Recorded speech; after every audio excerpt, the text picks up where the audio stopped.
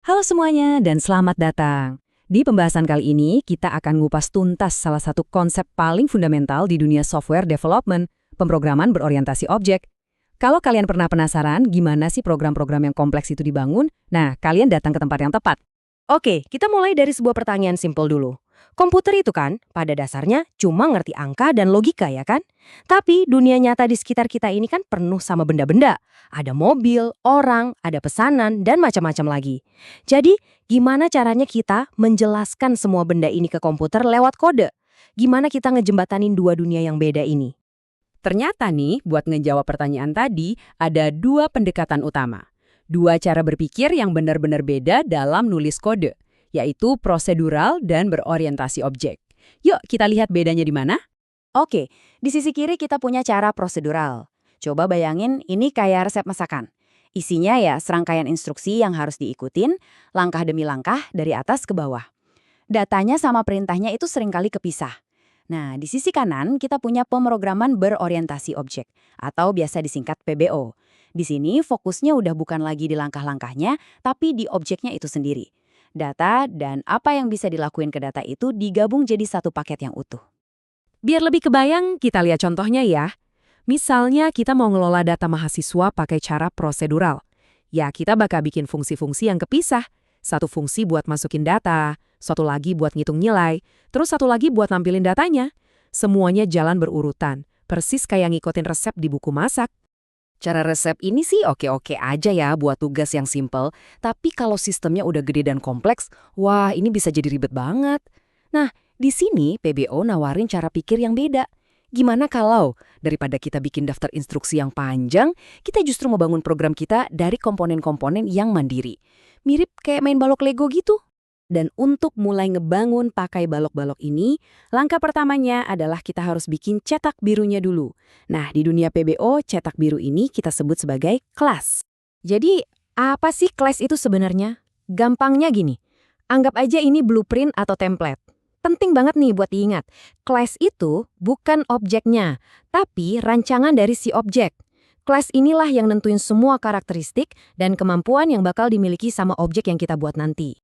Setiap kelas itu punya dua komponen utama. Pertama ada atribut, ini tuh data atau ciri-ciri yang ngejelasin si objek. Contohnya kayak nama atau NIM mahasiswa. Bisa juga kita sebut ini keadaan atau state-nya. Kedua ada metode, ini tuh aksi-aksi yang bisa dilakuin sama si objek, misalnya nampilin datanya sendiri. Nah ini kita sebut perilaku atau behavior-nya. Nah, kayak gini nih kelihatannya kalau konsep tadi dijadiin kode. Nggak usah pusing sama sintaknya ya, fokus aja sama strukturnya. Kita definisikan sebuah kelas mahasiswa, terus di dalamnya kita tentuin atributnya apa aja. Ada nama dan name. Di bawahnya ada tampilkan underscore data yang jadi metodenya. Kelihatan kan? Data sama aksinya dibungkus rapih di satu tempat.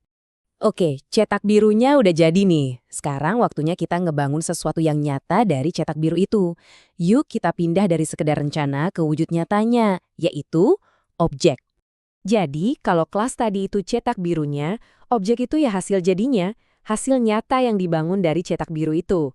Kerennya kita bisa bikin banyak banget objek dari satu kelas aja, sama kayak pabrik mobil yang bisa bikin ribuan mobil dari satu desain yang sama. Setiap mobil itu ya objek yang unik. Nah, ini dia nih momen sulapnya, proses penciptaan.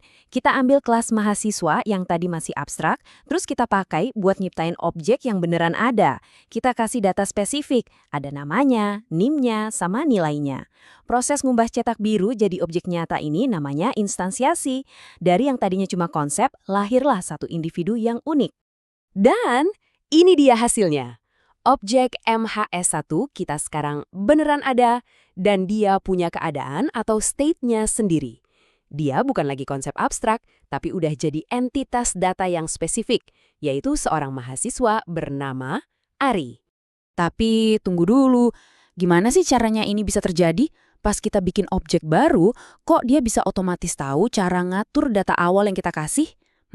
Ternyata ada mekanisme khusus di balik layar. Disinilah konstruktor beraksi. Anggap aja dia ini kayak metode spesial di dalam kelas. Kalau di Python namanya underscore underscore init, yang tugasnya cuma satu, ngasih pengaturan awal, begitu si objek ini lahir. Dia yang ngambil data yang kita kasih tadi, terus dia pasang ke atribut-atribut si objek baru. Jadi alurnya tuh simple dan efisien banget sebenarnya.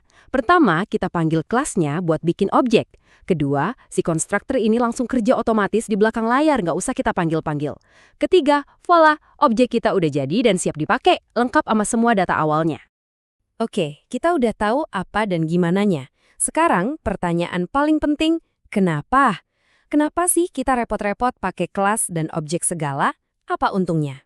Jawabannya ada di dua kata kunci ini, modularitas dan skalabilitas. Ingat kan tadi analogi balok Lego?